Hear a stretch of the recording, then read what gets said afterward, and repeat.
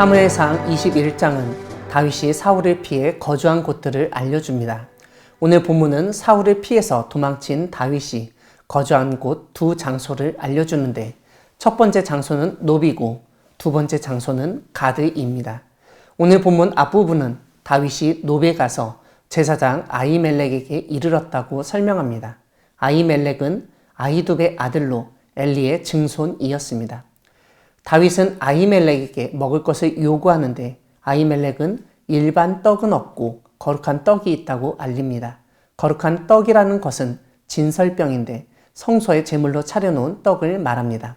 아히멜렉은 거룩한 떡이라도 다윗과 함께하는 사람들이 여성과 가까이 하지 않았다면 주어서 먹게 할 수 있다고 말합니다. 다윗은 자신들이 3일 동안 여자를 가까이 하지 아니하였다는 점을 다짐하고 그 거룩한 떡을 받아서 먹습니다. 그런데 하필이면 그 시간에 사울의 목자장이었던 도액이라는 사람도 그곳에 있었다고 언급합니다. 이 도액이 나중에 큰 악을 저지릅니다. 다윗은 아히멜렉에게 무기가 없냐고 묻습니다. 아히멜렉은 다윗이 엘라 골짜기에서 죽인 골리앗의 칼이 여기에 보관되어 있다고 알리며 가지고 가려거든 가져가라고 말합니다. 노베에서 진설병을 얻어먹은 다윗은 거기를 떠나서 가드로 갑니다. 오늘 본문 뒷부분은 가드에서의 일을 알려줍니다. 다윗은 사울을 두려워하여 일어나 도망하여 가드로 갔습니다. 가드에는 아기스 왕이 있었는데 아기스의 신하들은 다윗을 단번에 알아보았습니다. 무엇보다 이스라엘 여인들이 불렀던 찬양까지도 정확하게 알고 있었는데 사울이 죽인 자는 천천히요, 다윗은 만만이라는 노래 가사까지 정확하게 기록하고 있습니다. 다윗은 아기스 왕의 신하들이 자신을 죽일까 두려워하여 그들 앞에서 미친 채 하고 대문짝에 그적거리며 침을 수염에 흘렸습니다. 아기스 왕은 그런 다윗의 행동을 보고 신하들에게 너희가 보듯 이 사람은 미치광이인데 왜 자신에게 데려왔냐고 물으면서 자신에게 미치광이가 부족해서 데려와 내 앞에서 미친 짓을 하게 하냐고 화를 냈습니다. 사랑하는 광해교회 성도 여러분, 하나님은 하나님의 사람이라도 살기 위해 도망치고 미친 채 하는 것을 허용하시고 도우시는 분이십니다. 하나님의 도우심 가운데 라마 나요스에서 구사일생으로 목숨을 건진 다윗이 사울의 살해 위협을 피할 수 있는 곳은 하나님의 그늘밖에 없었습니다.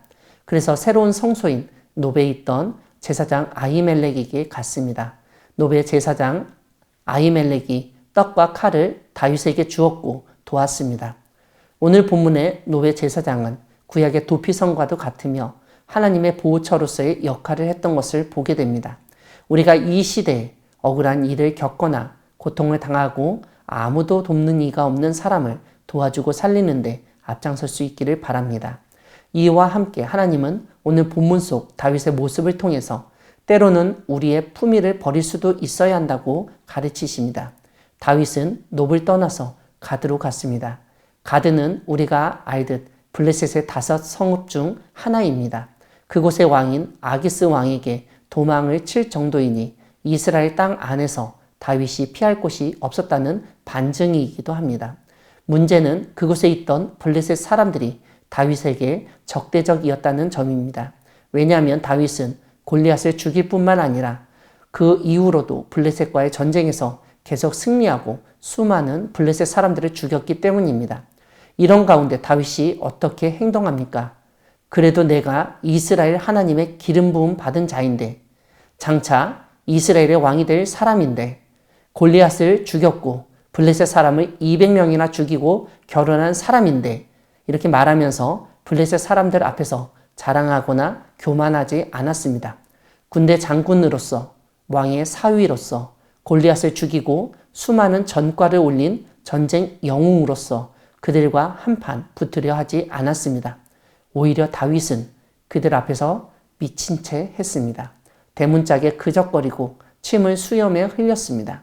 이러한 다윗의 모습을 보고 아기스 왕은 정말 미치광이라고 판단하고 내어 쫓았습니다. 이런 다윗의 모습을 보고 실망할 수 있습니다.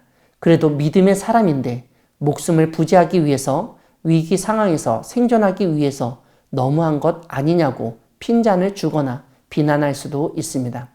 하지만 다윗은 단순히 자신의 목숨을 위해서만이 아니라 하나님의 명예를 생각하고 자신을 향한 하나님의 계획을 믿고 있었기 때문에 그 당시 자신의 자존심, 명예, 품위 같은 것은 다 던져버렸다고 보여집니다.